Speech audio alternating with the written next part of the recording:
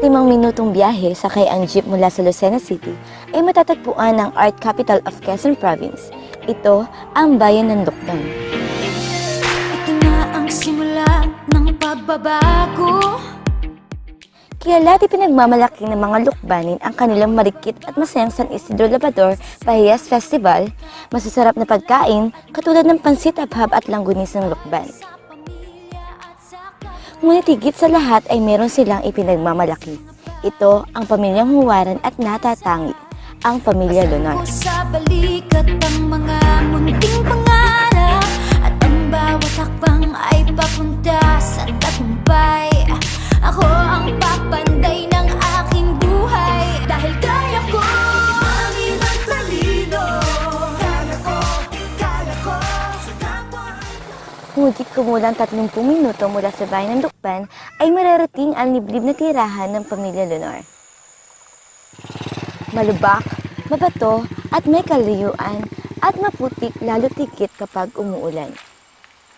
Yan po yung isa po sa una namin nagiging problema dito namin mag-asawa. Sa aming mga anak pag po yung sila'y pumapasok. Dahil po ang aming nga pong bahay ay malayo po sa kalsada, sadyang napakaputik po ng daan.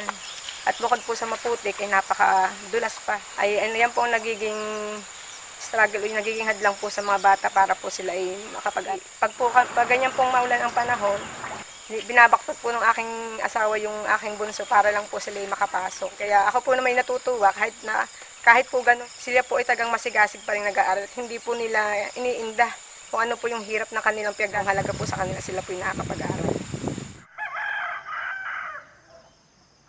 Maaga pa lang ay gising na si Tati Arturo at abala sa kanyang mga halaman at mga alagang hayop kasama ang kanilang ikalawang anak. Pagkagising ko po sa umaga, ang una-una po ay alamin po ang mga kalabaw, mag-ula, at saka po mag-upload ng mga manok. At bago po ako pumunta dito sa babuyan.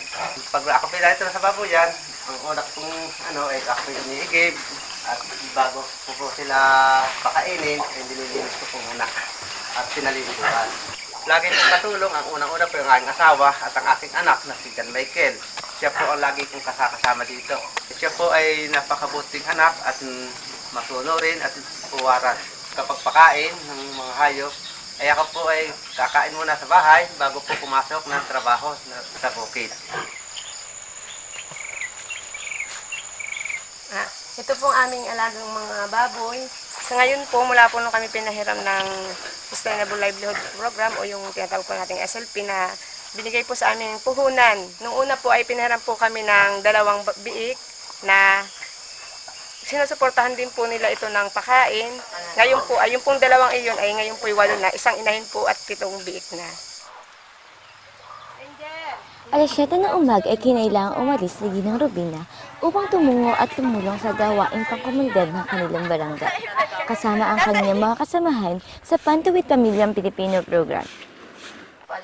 Si Ate Rubina ay kasalukuyang parent leader ng Cluster 3 ng Barangay Nagsinamo at aktibong miyembro ng Banahaw Parent Association at iba pang samahan sa lipunan. Samantalang si Kuya Arturo naman ay miyembro ng ilang samahan katulad ng ERPAT at Farmers Association. Ang buong pamilya rin ay aktibong miyembro ng El Shaddai Group.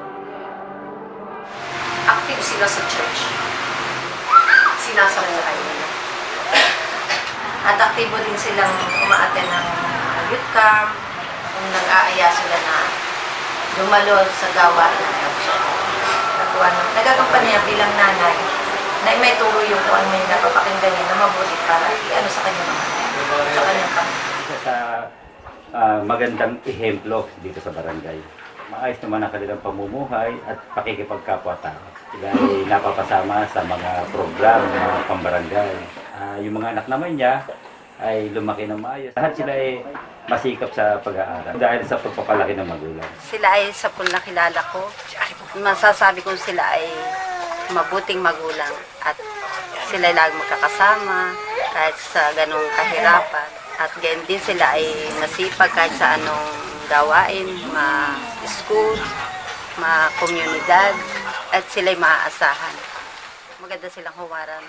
Nawa ay sila itularan ng ibang pamilya. Pag alam ko po sila pala kaibigan, magaling tumulong sa kapwa.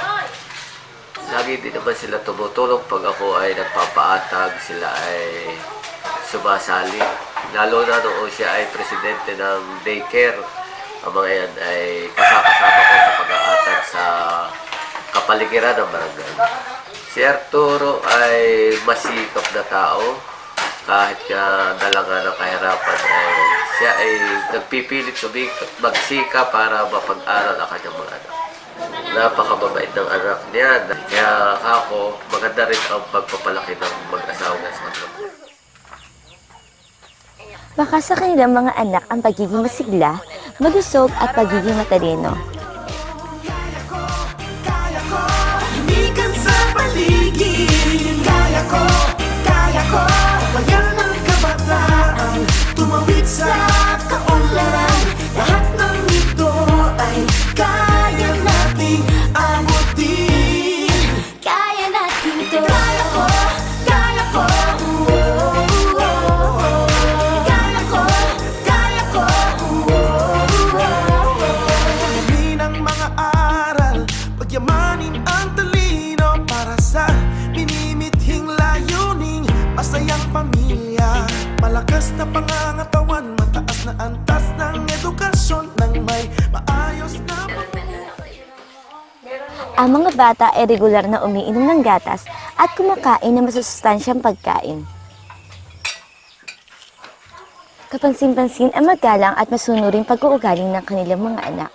Nagtutulungan sa mga gawaing bahay at hindi nalilimutang manalangin bago kumain at bago matulog sa gabi.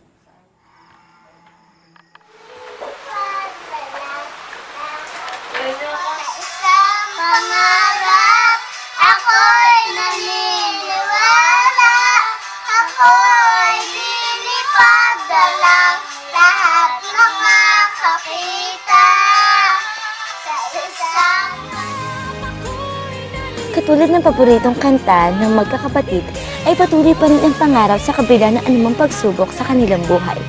At magsisilbing inspirasyon sa bawat pamilyang Pilipino sa pamamagitan ng pagiging mabuting individual, responsableng miyembro ng pamilya at pagiging aktibong mamamayan. Yan ang maipagmamalaki ng bayan ng Lukban, ang Pamilya Lunar.